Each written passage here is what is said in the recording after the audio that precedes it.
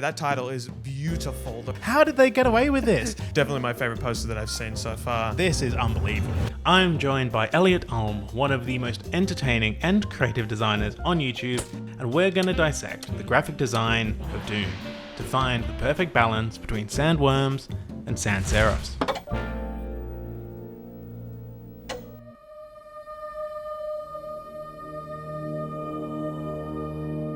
I think it's cute. You know what I mean? You think it's cute? I think it's cute. Like, look, so you've got like it's the same little U shape, almost like a horseshoe. Yes. Right? And we've got that 4 times. And then, of course, so it doesn't say dunk, we have some kind of planet scene there that makes the E. Okay? We do. And I think that's cute. If you appreciate graphic design, I think you can look at that and go, yeah.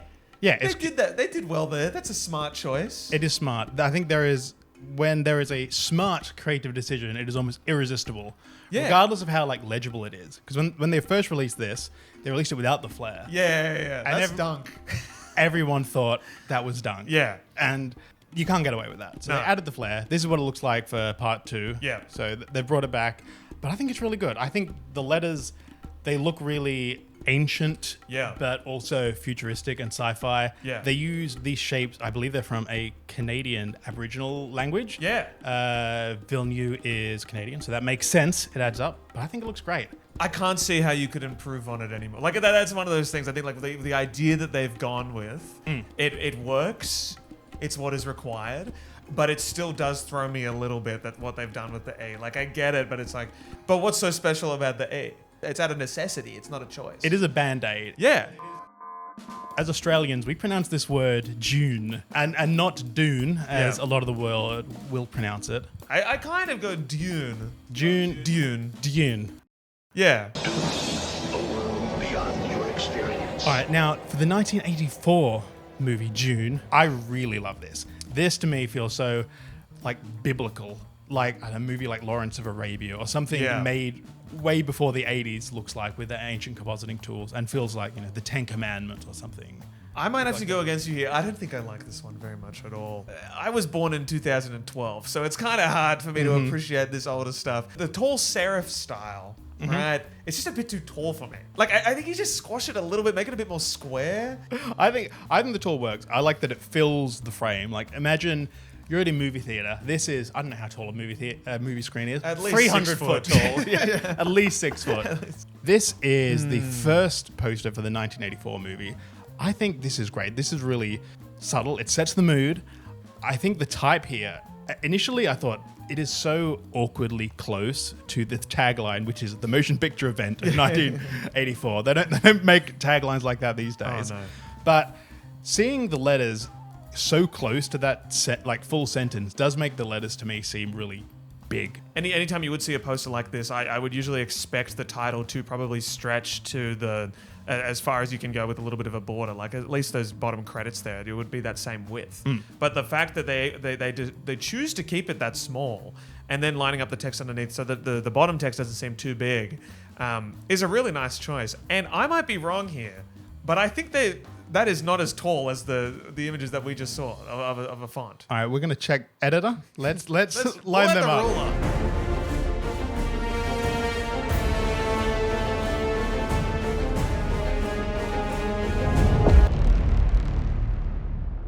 But I think in general, though, this poster is absolutely beautiful. It's incredibly 80s. The 2 moons in the background, which I believe they are. Look, I never read the ending of the book. Yes. Okay, I read 400 pages out of the 500-page book.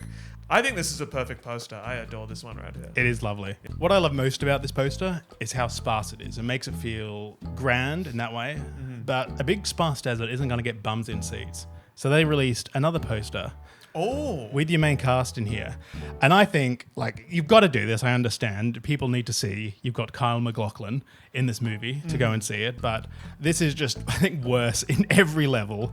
I think, the way the characters are cut out, they seem like action figures. In the previous one, we didn't know the scale of that Dune. Now this looks tiny compared to the people. Yeah, and the title underneath now, the letters look like as big as a young boy's foot. Yeah. And it doesn't seem grand. That's the thing. I think the title really starts fighting with that top text as well. I think since they've added that full cap serif, a world beyond your experience, beyond your imagination, that's almost the same size, that line of text, as the title in itself. So it's kind of like, and also with so much text at the top, They've got half the novel in there. you're asking a lot out They of are. your passerby. You know, like your every Joe isn't gonna stop and read it. I mean, maybe back then. I mean, there were no phones back then. Now I would just scroll and probably watch a TikTok or something because I'm 10 years old.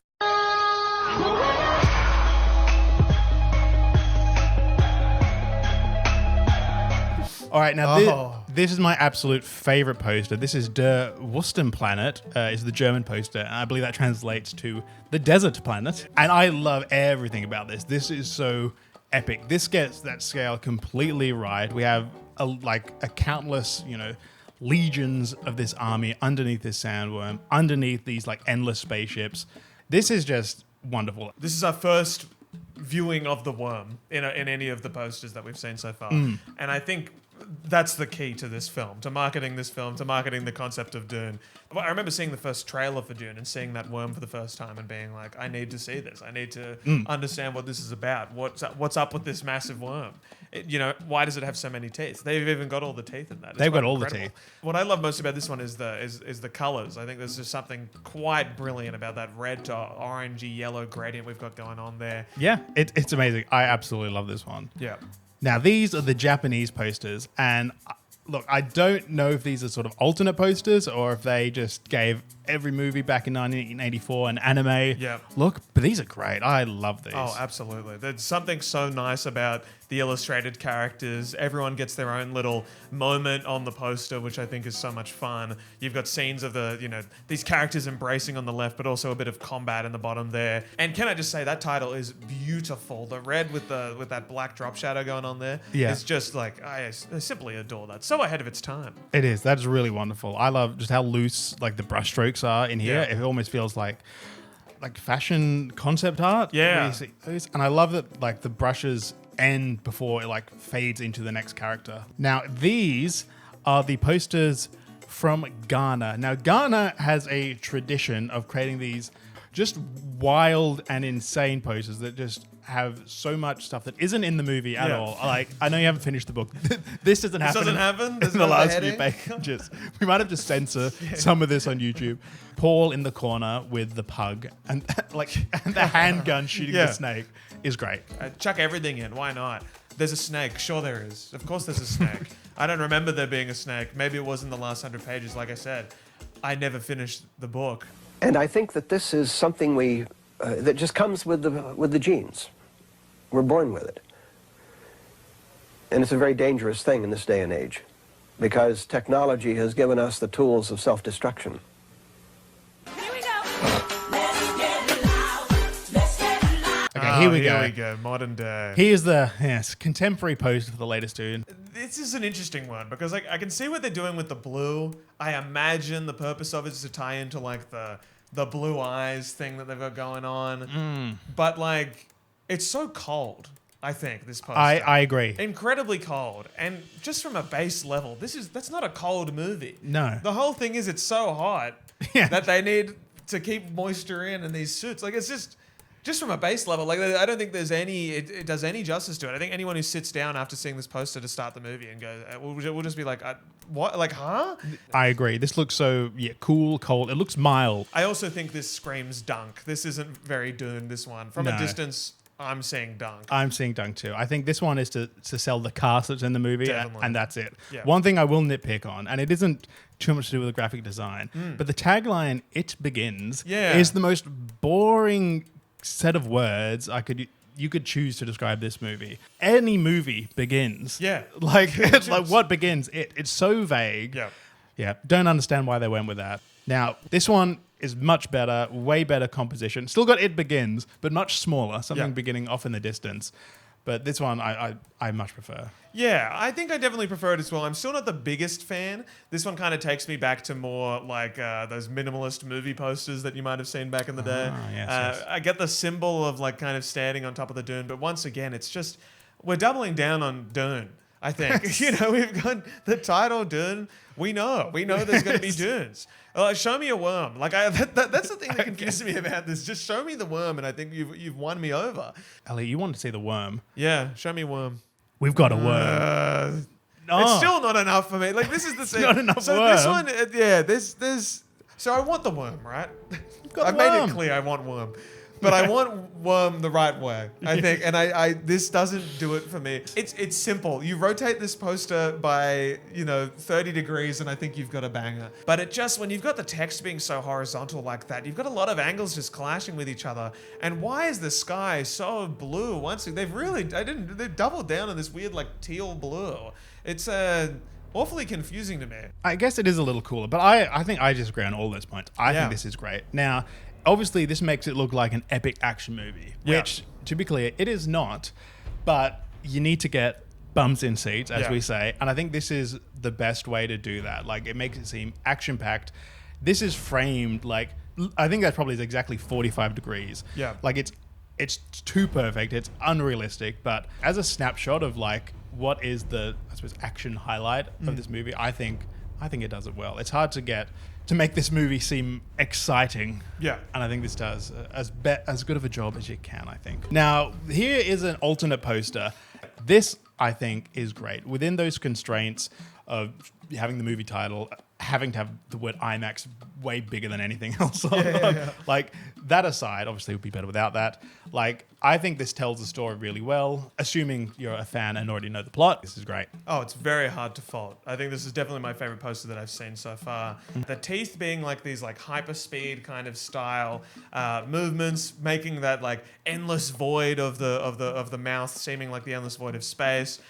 All this curiosity, discovery, all these things that we kind of go into in the movie, and the color palette is just beautiful, right? Like that's where I like the teal in this. I think the teal, when used in this way, feels very dry, which I think works with the desert style. It doesn't feel cold; it feels dry. I also really like the subtle sandiness to the IMAX too. I'm surprised they let that slide. Yeah. So shout out to Owen Gent. This is nice. Owen Gent. We approve. Excellent Beautiful work. stuff, Owen. Hit me up. All right, now here we have the posters for Dune Part 2. Okay, there's no dunk going on here. They're like, okay, we've got the feedback. Let's blast this E. I'm having trouble reading the N at this point. N's got a line coming through it. The N looks like an A. This looks like Douai. This one, I think, is a mix between, okay, we need to do a nice composed, minimal poster, but also get the cast on there. So we've got your main characters there. I think this one is more aiming at like a young adult kind of like sci-fi audience by having, hey, we've got a young hot couple. At the end of the day, people want to see Timothy and Zendaya kiss. I think that's at the end of the day. People will buy a ticket just to see that. They want to see a modern smooching romance. Under a sandworm. They would love to see that, you know. Now the tagline, they have changed it. They've gone with "Long live the fighters," which is an improvement because it implies there will be fighting. Yes, but still pretty generic and boring. For sure. This next one, this is fresh. This dropped today. Today. You can see because we only have the IGN version that is watermarked. This is fiery hot. Yeah. Boiling hot, and we've got the worm. I'm excited to see a fiery red. I think I'm surprised it took them this long to do it, but still tapping into that kind of sunsetty nature of it, which I like as well. The worm is obviously fantastic. Big fan of that. Kind of dwarfs in comparison to the rest of the characters, which I think is interesting. It's quite small down there at the bottom. Overall, this is the Marvel influence, I think. I think they've gone into that. I think they've played into it maybe a bit too much here. The floating head style doesn't really work as well as they think it does. I think the three kind of characters in the bottom left, all kind of different emotions looking in different directions. It's not doing too much for me. I think this one, for all the constraints that you have to have on a poster, you've got to show the cast. Yeah. I think this one, at a glance, I think sells the tone of the movie. It makes it more exciting. The first one, it's not cool. Yeah. This is like so hot. Yeah. I do think the blend between like the worm and the dust and the floating heads is a bit muddy, but like I think with all their constraints, this is how you market a movie like this compared to the other posters that we've had. Now onto the book cover design. So this is the design for the very first edition published in hardback. The design is very minimal. They did not want this to look like science fiction, but this is really psychedelic, which is a big part of the novel and of the movie. But how do you show that while just showing a like an expanse of desert, and they go for it a lot in the typography of these book covers. And I think this is great. I love that you can kind of see these small little figures in there as well on a second look. I don't think you get that from the start. Your eyes are obviously drawn to the type and the odd choice of the yellow in the top right, but Yeah. you know, it doesn't work. It did work. We can ignore that. Yeah. Let's just It's the crop. 60s, whatever. But like, yeah, just this landscape and the little bit of the sky that's shining through. Is it a mountain? Is it some kind of hill? Is it a dune? Is it the worm? Is it the worm? There's so many questions, and I think the more you read into the book, the more you're going to see when you look at this poster. Brilliant. I'm such a big fan of this. This is great. Now, this is the complete set. This is a series of paperbacks. So these were published in the 70s and 80s. This type is the most iconic to me. If Yeah. I was to describe what the titles look like, this is it. And again, it's really psychedelic. It's very 60s. And these are wonderful. Like that artwork of the sandworm there, that might be one of my favorites. You really get that sense of scale there. But yeah, going back to that type, the little swashes on the D and the E are just so, like you were saying, so 60s, so 70s, incredibly psychedelic, and just give more of a sense of, not even like it's so not sci-fi, which Yeah. I think I enjoy as well. And I don't think, even though it says the great classic of science fiction at the top there, it plays into that psychedelic sense of the book because it is really in there. They really chuck it in. And it's quite rock. It is quite rocks. rock. It's cool. It's quite Woodstock. Dune as a book, it Yeah. rocks. We could say. Definitely. A lot of rocks in that book. And I should say, John Schoenherr, the illustrator, we got that one on the left, and Yeah. the first edition book cover. Frank Herbert, he said, like, that is his vision of what the planet is. He was quoted as saying, John Schoenherr is the only man to have visited Arrakis. There you go. There you go. He approves. He never met me, I guess. This edition is the New English Library editions. These illustrations by Bruce Pennington. These are wild in a different way. These are so colorful. I love the type here. It is still has like a 60s psychedelia element to it, but also like a big sort of like Western slab serif it's so in it, cowboy. which works. Yeah, the illustrations are so brilliant. I love the choice. Whenever books do, like, they choose one kind of color to be the accent color for each one of the series. I'm such a big fan. But it's, going back to that text. That's a nice font. Also, keeping the same font for Frank Herbert and Dune as well is a bit of a choice. You wouldn't really see that these days that much, right? It's kind of a bit controversial. Some people might not like that. They might want a pairing font. I'm sure it would look great just as a sans serif or a serif in Frank Herbert. But I don't mind it. I think it works really well. And I think it gives a bit more respect to Frank Herbert's name. Let's put some respect on Frank Herbert's name. I think we should. And Bruce Pennington, the artist here, they even got him to illustrate the parody National Lampoon's Dune. Is this real? Is this a real movie? This is real. I don't understand why the word Dune spelled like that relates to food in this way, but they got him to do it, and by gum, he did it. So good Wow. on him. Now, these are the Berkeley Trade paperbacks, art by Frederick Marvin. The art here, I really like. It shows the world, very saturated, but the type, I can't get on board with it, I don't think. This is Interesting. the What's not typeface doing is it for you? the typeface is avant-garde, and to me, I think I've just seen this typeface on too many like EDM posters. Yeah. I'm a fan. There's things I like about the font, the things I don't like about it. I think the kerning is definitely a bit too close to my personal choice. Like, I like that it is tight. I like that it is close, but it's definitely like keep a little bit of a gap between each one. You know, it doesn't have to be super tight, I don't think. And I think what I like most is how thin it is. And I think that really contrasts against that nice, like, stormy background that we've got going on there. I think it's set really nicely. It is a choice. It is different, which Yeah. I do respect. I'd rather you go out swinging than just be for generic. sure. The back covers and the front covers all connect for all 6 of the novels, which I think wow. which is really, really great. I remember when I was browsing Video Easy as a little lad, Yeah. and I'd see the Astro Boy VHS spines Yeah. all lined up, and there was always one missing. That's when you knew you were going to be into design. When you noticed the one missing and it irked you.